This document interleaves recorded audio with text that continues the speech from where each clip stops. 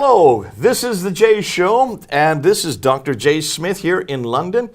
With me over here next to me is Hatun Tash. Hello, Jay. Thanks for having me again. You've been with us now for 10 episodes. Yep. We're now starting our 11th episode. It's been a long time. It has, because there's so much material that we're looking at. Some of the things we've been looking at, Hatun, have concerned the Quran, and we're really only talking about the Quran for all these episodes. So we've been looking at the Holy Book of Muslims, the Holy Quran according to Muslim sayings. We are looking at the claims that Quran has been revealed to Muhammad from 610 to 632. In the time of Uthman, around 650, it has been compiled and then sent it to the couple of cities. And today, the Arabic Quran we are reading is exactly the same. That's what they say. In every part of the world. But That's you're not the claim. saying that. Yeah. So we are looking at the different Qurans and then we are investigating the claim Muslims are making to us.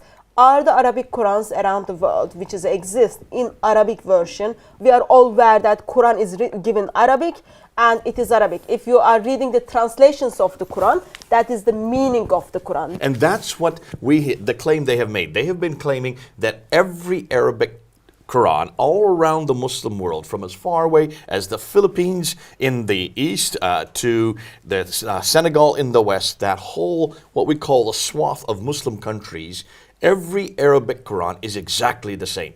Not one letter different, not one diacritical mark different. Not even a dot different. Not even a dot. These diacritical dot marks that are above and below line, none are different. They are exactly the same. That's the claim they've always made. Claim. We're finding quite a difference from that claim. In fact, we're opening up, and we have been looking, haven't we, Hatun? We've been looking at many of these differences. Now, let's. I want you to pull up this screen again. I want to look at these different variations that were brought in by different teachers. In the last episode, and let's look at this graph that we have in front of us. In the last episode, on the right-hand side, we saw the 24 different Qurans. These are the different variations. 24 different Arabic Qurans. And these are introduced in the 8th and 9th century up until the 10th century. Yes, dated around 700s, 800s, 900s. Okay, and these are introduced by teachers and also their students. Yes, that's We don't need to correct. go through all the names. You can see them all listed there. 24 strong, well-known, authoritative Arabic Qurans. which have thousands of differences between them. Yeah. On the left side, these were not as authoritative, and these were 13 less authoritative, again, teachers and students and their variations. Yeah. So we have 24 on the right and 13 on the left. That's 37 in total. Yeah. Now, I should say, not we, I have nothing to do with this. This is all your work. You and our Arabic helper over here have unpacked and looked at just 23 of these 37 Qurans. Yeah, so we've got 26 of them in our possessions, plus Hafs Quran, 27 altogether. And then we haven't had the time to go through all of them, but we were able to look at the 23 of those Qurans. 23 of those Qurans. And in the last episode, we mentioned that there were 43,985 differences, So just in what you've seen, just what you have found. Yeah, so that was last week. Well, no, that was last episode, but now we're up to 45,339. And that's just in 1 week. You're right, it's just a week ago, you have found over 1,000 more. What this tells me, Hatun, is you're going to continue to find thousands more yet to come. Yeah. I think if you look at the claim, not even a dot changed from the Arabic Quran, not even a word changed in the Arabic Quran, yet the Qurans are written form, Arabic Qurans out there exist, and then we are talking about over 45,000 variations, which change the meaning of the words, which sometimes even it changed the theology of the sentence. And we saw that already in just the last episode. We started looking at Surah 2, looking at Surah 1 and Surah 2. We're just looking at the first two surahs. We're going to do some more now in this episode, looking at Surah 3. But let's get back to what you're talking about. Just changing the dots. Let's help those who are watching. And for those who are watching, what do we mean by just changing the dots? So we're going to review now. We're going to go back and we're going to look at the letters again. Let's go back and review what we said. So let's look at this letter. I want to bring this up. The 28 Arabic letters without dots, which existed in the 7th century. Take a look at those 28 8 Arabic letters. Yeah. Those are now on your screen. Now, what I want you to do, Hatun, is I want you now to go through and show us which of those 28 remain unique. Which are the 6 unique letters? Could you go and show that up on your screen? So the slide you are seeing on your screen, you can see the 28 Arabic letters, and they are without dots. So this is how it looked like in the time of Muhammad. Okay. Now you're going to show which ones now don't need dots, okay? Yes. So when we look at the these letters with the dots, which is in 2017 version, we've got letter Alif. Alif. Waw. Ha. Mim. Lam. Kaf.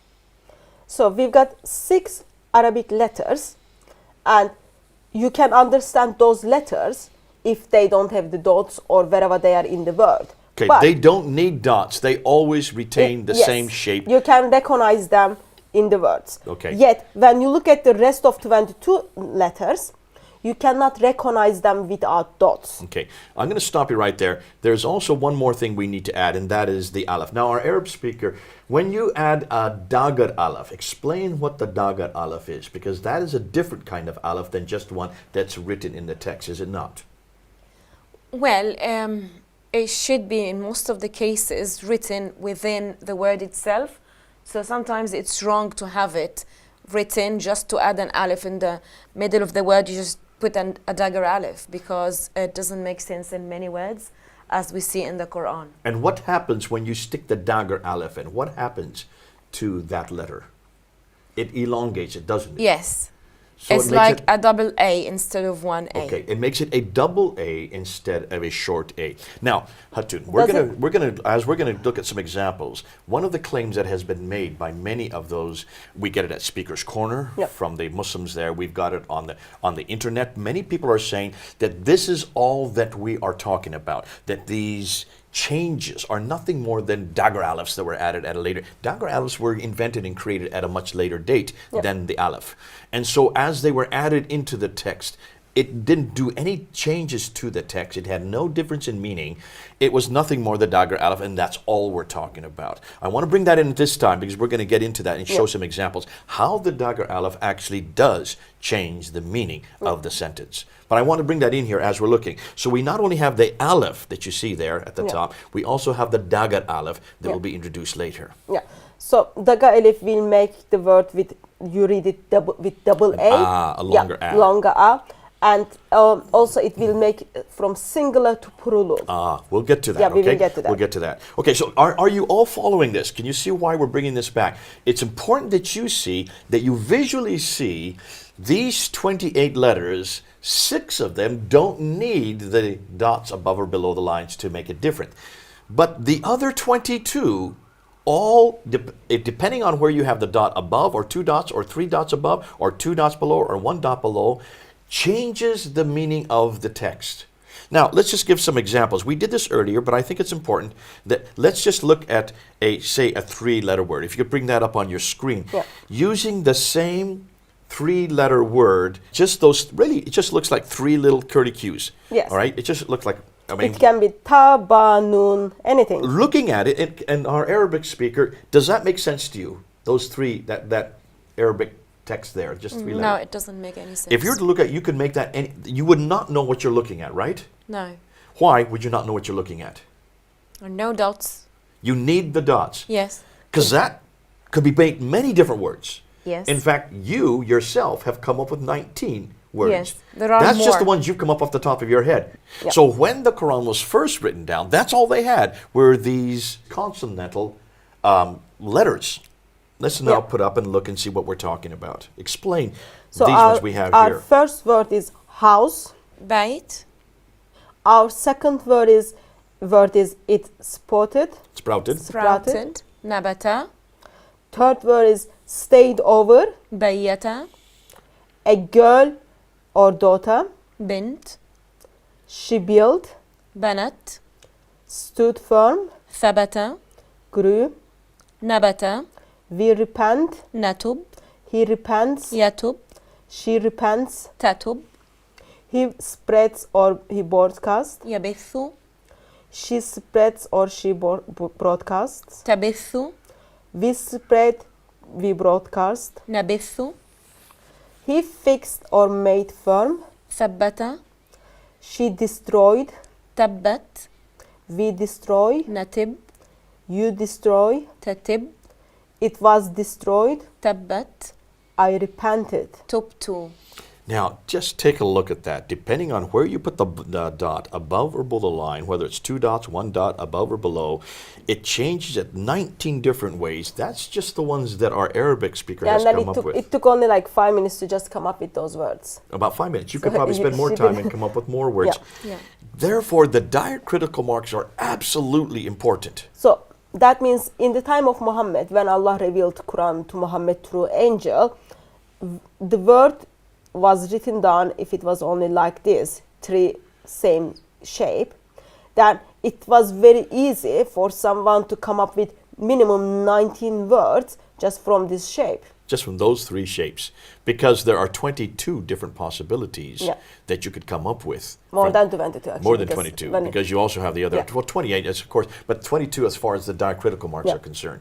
So are you all, I hope that those who are watching are following what we're saying. Why we're bringing this up, we're spending extra time on this, because it's important that you understand. I'm assuming many of you have never spoken Arabic, you have never read Arabic. We want to make sure that even those who have never come across Arabic can see why this is important. The dots above and below the line are absolutely crucial. And when the Quran was first written out, those dots did not exist. I mean, this is a question we've brought up, hasn't it? Why would God, in His wisdom, why would He choose Arabic to reveal His greatest revelation when He knew that at that time, Arabic could not have accommodated such a sophisticated text? I mean, to me, I'm That's not- astounded. that's And I would not- like to ask God, and I know the answer. He said, well, this is not His text. This is He not did his not word, choose yeah. Arabic. I mean, that's the only conclusion I can come to. This could not be God's holy word. God would not make a mistake like this. If you remember Hindi, he talks about Quran cannot be word of God because it is very poor Arabic. It's a terrible Arabic. And Arabic is a very poor Yeah. language. On top of that, there were other languages God could have used that already did exist. He had Hebrew. Listen, he'd already been using Hebrew Yeah. for 3,400 years. Hebrew was well adapted. By the time of the 1st century, it already had all its diacritical mark. It had all its vowelization. And it was a perfectly good language to use. It was being used right across the world. God had already used it. He also had Greek, which already has its vowels. I mean, it has its consonants and its vowels intertwined within the text.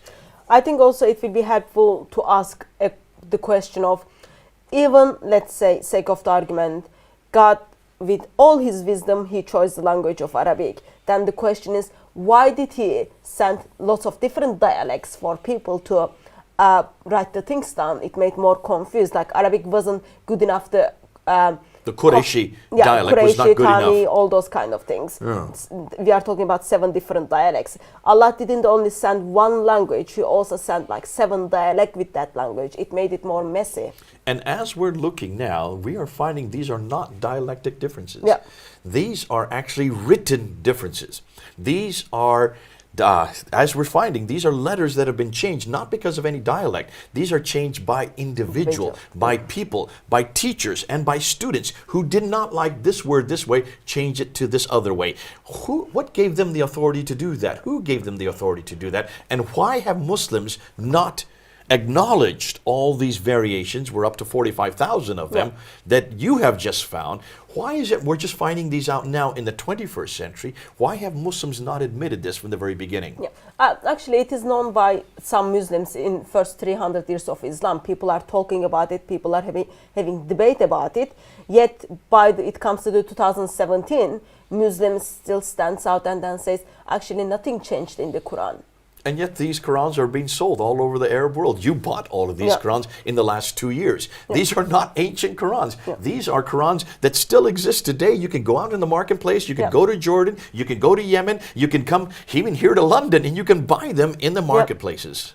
So these are questions that Muslims need to answer. But let's now get back. What we want to do is we want to continue what we did in the last episode, in episode 10, and we want to look at some of these differences. Now, we went and we did the first two surahs.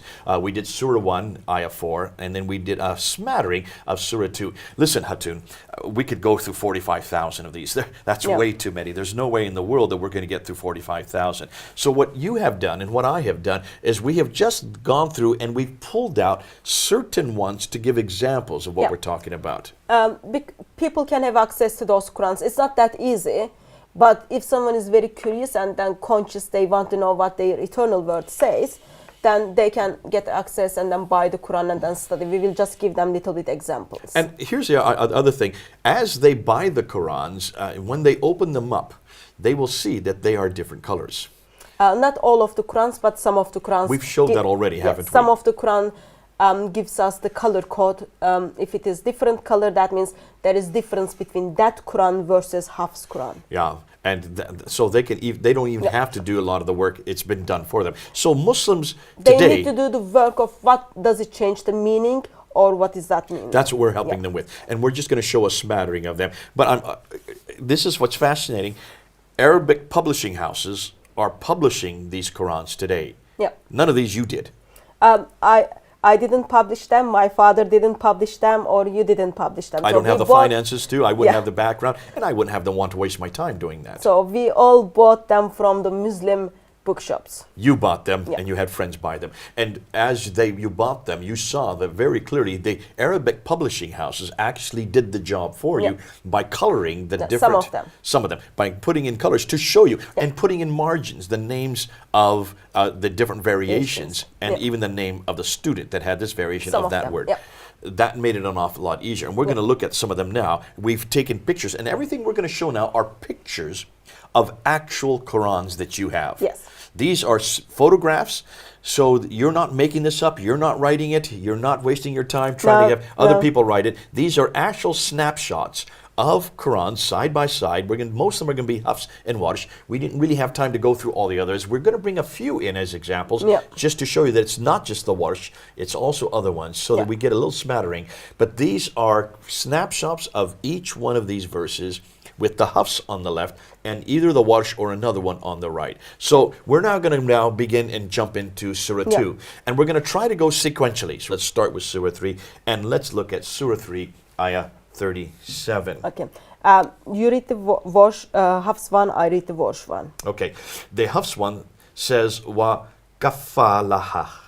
Wa kaffalaha. And the Warsh says? Kafalaha. Well, you can see there is a shadda above the fa. So, why is that a big thing? Well, in the Hafs case, if you keep the shadda there, it says, Allah made sure she was taken care of. In the Warsh, however, if you take the shadda out, what does it mean? He took charge of her. In the sentence, it is, so her Lord, it talks in the context of Mary, her Lord made her grow in a good manner, and Zechariah, took charge of her. So Zechariah is the one who took charge of Mary and looked after Mary. Okay. In the Hafs, which is in the blue, so her Lord, this is Mary's Lord, made her grow in a good manner and put her under the care of Zechariah. So when you compare those two ayats together, in one of the occasions, she was put under the care of someone. Yeah. In other occasions, it was Zechariah who took charge of her. So really, what we're asking is, who did the action here? Yes. This changes the action. In one case, Allah takes care of the action. In the other case, Zechariah takes care of the action. So you see already here, just by picking a little shadda, a little W, it looks like a little W for those of us who don't read Arabic. For those of us who don't read Arabic, we call it a wrong way tree. A what? Tree, number 3 in a wrong way. Okay, a lazy 3 that's fallen down and is going to sleep. Okay, a sleeping 3. And that's really elongates the F sound. So in the Hafs, there it is put her under the care without the shadda. Zechariah took charge of her. Now that changes the person who does the action here. So that has significance already. We can see that has. Let's go to the next one here. And this is Surah 3, Ayah 79. If I'll have our Arab speaker, please read the Hafs in the Warsh. Hafs, تعلمون. ورش تعلمون. Now you can see immediately that there is a problem here. If you could pull up the tu'alimun, you will see that there is a dhamma. Dhamma means a u. That's a vowel now. There's a u dhamma that is above the ta. The u then means you teach. You teach. Yep. Tu'alimun. But when you look at the warsh, there is no dhamma. It is a fatha that is above the ta. So here you have a difference in vowelization, not diacritical mark. We're looking at vowelization. Yep. But by doing that, you then have to change and bring a different diacritical mark. So under the lam, in the hafs, it has to be a kasra, whereas under the warsh, it remains a fatha. Yep. So you then have to change. You have to correct the diacritical marks. Change diacritical marks. I guess the main question is, does it change the meaning of the word? Well, let me read the hafs in English. The translation there was, be you Rabbaniyun, because you are teaching the book and you are studying it. It changes to? Be you Rabbaniyun, because you know the book and you are studying it. So one is teach and the other is to know. It changes it completely. Yes, because I can know my scripture, but I'm not capable, or I don't have that ability to teach my scripture. That's right. Many So of us know something. Yeah, teaching is different gift. Learning, knowing your scripture is something Totally else. different skill. Yeah. A lot of people can know something, but they cannot teach it. Yeah. And when you you get a don't teacher, know well enough to teach it. not only that, you get a whole different credential, and Yeah. in fact, you get a higher pay if you're actually teaching it. Yeah. So it's a huge difference if someone is simply knowing something or something teaching. In the context of the hafs, they are teaching it. Yeah. In the context of the warsh, they just simply know it. Many people can know, but not everybody is capable of teaching. Yes. Great difference there. So that makes a big difference. That's what we're trying. I hope you're looking at this. I hope you're watching, and I hope you're seeing how it not only changes the letter, it by just a simple vowel, change one from the u to a, Yeah. it changes also the meaning of the text. Let's move I on think now. it will be very unfair if we just say teaching and knowing is the complementary with one another. Yet it's not. No, people would like to say that, but anybody who teaches know you have to know an awful lot Yeah. to teach. Good. Disciples know, teachers teach. Yeah. Students think they know, but they're not ready to teach until they're given that credential or have passed that test. Surah 3 verse 83. Now we're into Surah 3, verse 83. And let's have our Arabic speaker go ahead and read those. حفص يبغون يرجعون يرجعون ورش تبغون ترجعون. Okay, now here it does make a difference depending on whether or not the dots are below or above the line. Remember we talked about this. Now we're getting into diacritical differences. In the left hafs side, you have, and if you can just enlarge it, it has the two dots below the line, below the letter, making it yabguna and yurja'una. On the warsh side, when you look at the warsh side, you have the two dots above the letter, making it tabguna and turja'una. So one is a ya in you, and the other is a ta in tu. Now, how does that change the English translation?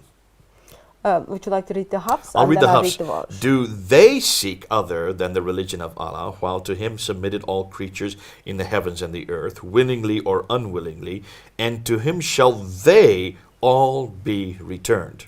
In warsh, it makes, do you seek other than the religion of Allah, while to him submitted all creatures in the heavens and the earth, willingly or unwillingly, and to him shall you all be returned. So it's from they to you. From they to you. Yeah. So it really does change the whole context here Yeah. as to who is actually the ones that are returning and submitting. Yep. Is it they as a group, or is it you? Now it gets even worse than that. And to look at that, you need to look at the context. Look at the verses that precede it. When you look at verses 81 and 82, in both the hafs and the warsh, it's referring to they. It's referring always to third person, Yeah. plural, third person, plural, third person, plural. In the Warsh, suddenly, in this verse, 83, it changes it to second person, masculine, singular. Now that's a problem, because I would suggest whoever wrote the Warsh is not being consistent here. The Hafs version is being consistent. It understands that they're talking about they're talking about the group of people.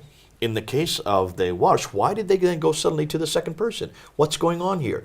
Was this a mistake? Was it intentional?